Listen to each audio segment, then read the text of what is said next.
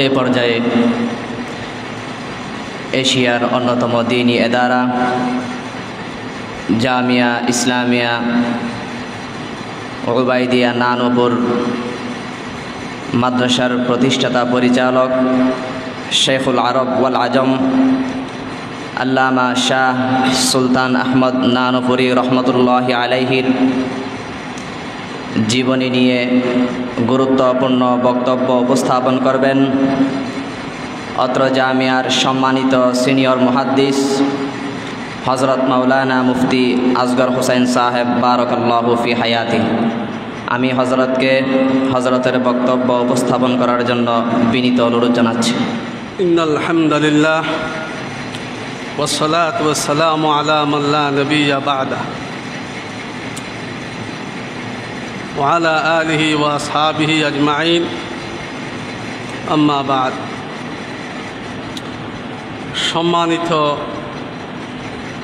সদরে জলাস উস্তাদ মোহতারম,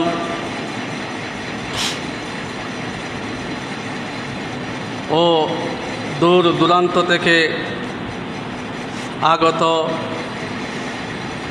দিন পিপাসু এলম পিপাসু ছাত্র ভাইয়েরা,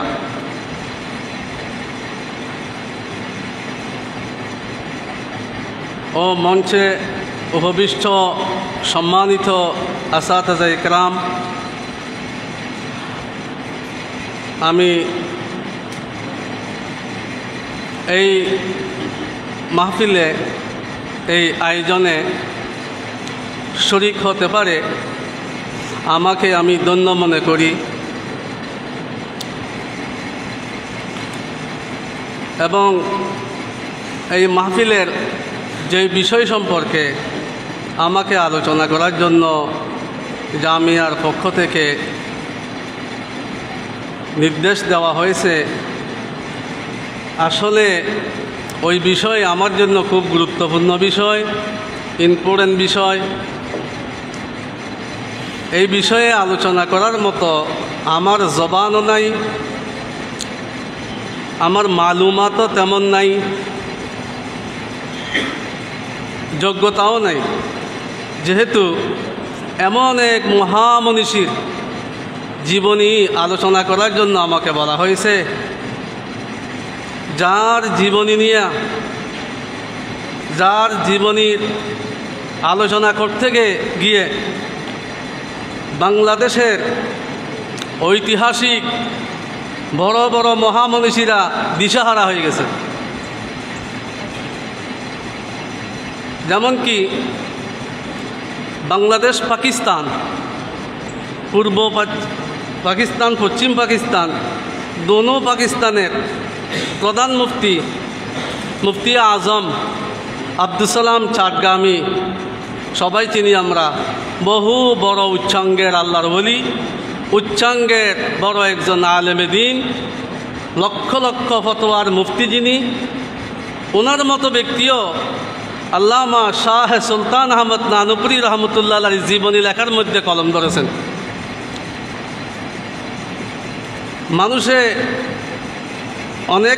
মানুষ অনেক আলেমগণ কিতাব লেখে, মুসান্নেফ হিসেবে তাদের আমরা জীবনী আলোচনা করি, কিন্তু আমার শেখ মুর্শিদ কুতুবে আলম আল্লামা শাহ সুলতান আহমদ নানুপুরি রহমতুল্লাহি আলাই, উনি মুসান্নিফ নয়, উনি হলেন মুসান্নফ। ওনাকে লেখা হয়েছে, ওনাকে লিখতে লিখতে বড় বড় মনীষীগণ, বড় বড় ব্যক্তিবর্গ, ওলামায়ে কেরাম দিশাহারা হয়েছেন। ওনাকে একটা কিতাব বানিয়ে নেওয়া হয়েছে, মারুফ সুলতান নামক একটা কিতাব আছে, যেই কিতাবের লেখক তিনজন। একজন হলেন সৌদি আরবের এক মাদ্রাসার প্রতিষ্ঠাতা হযরতে সুলতান আহমদ নানুপুরি রহমতুল্লাহ আলাইহির আশিকে সাদেক, জলিলুল কদর খলিফা আল্লামা শাহ আব্দুল মাজেদ রাহিমাহুল্লাহ।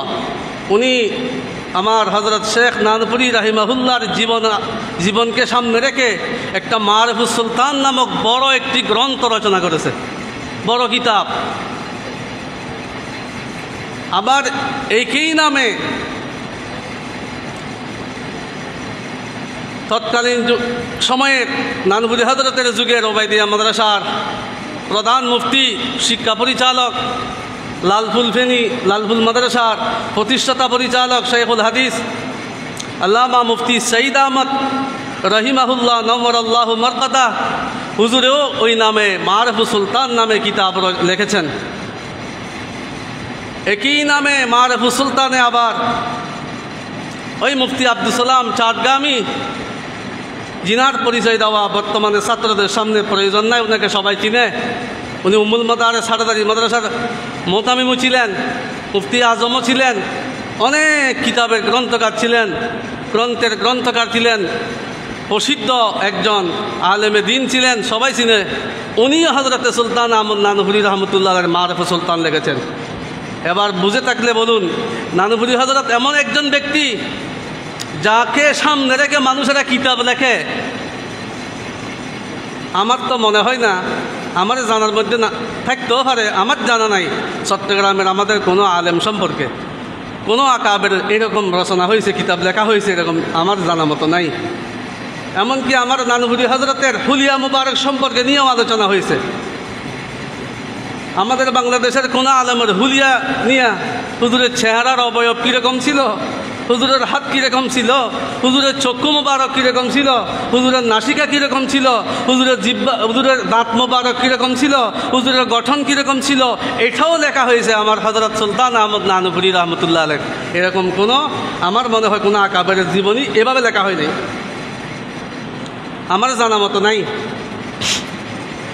নানুপুরি হজরত সম্পর্কে আমার আব্বাজি হজরতে শাহ আব্দুল বারী ফতেহপুরি রহমতুল্লাহ আলাইহ একবার শুকরিয়া জ্ঞাপন করে বলছিলেন, একটা শেয়ার বলছেন, আমি হুজুরের সামনে কি বলবো, আমি আল্লাহর দরবারে শুকরিয়া আদায় করি। হাই আহাদ মাবুদ আপনা, হাই আহাদ মাবুদ আপনা और नबी खैरुल वरा, हाय अहद माबूद अपना और नबी खैरुल वरा, शेख सुल्तान कुतुब दौरा मैं तो इसका काबिल न था, शेख सुल्तान कुतुब दौरा मैं तो इसका काबिल न था।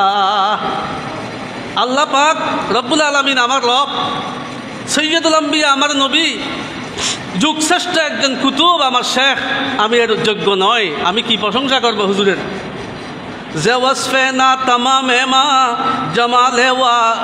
জমালে ইয়ারে মুস্তাগনিস্ত, যে ওয়াসফে না তামামে মা জমালে ইয়ারে মুস্তাগনিস্ত, আবো রঙ্গ খালো আবো খত চেহাজত রুইজিবারা। একজন মানুষের চেহারা যদি সুন্দর হয়, আমার আব্বা বলছেন যে একজন সুন্দরী নারী আইবুড়ো দিতে হয় না, কাজল দিতে হয় না, লিপস্টিক দিতে হয় না, লিপস্টিক ছাড়াও সুন্দর লাগে, আইবুড়ো ছাড়াও তাদের সুন্দর লাগে। এরকম মোকাম্মল একজন মনীষী মানুষ, তার প্রশংসা করলে প্রশংসা হয় না, প্রশংসার দ্বারা প্রশংসিত হয় না। ওনার প্রশংসা করতে হবে এরকম ব্যক্তি নয়, প্রশংসা না করলেও প্রশংসিত, করলেও প্রশংসিত।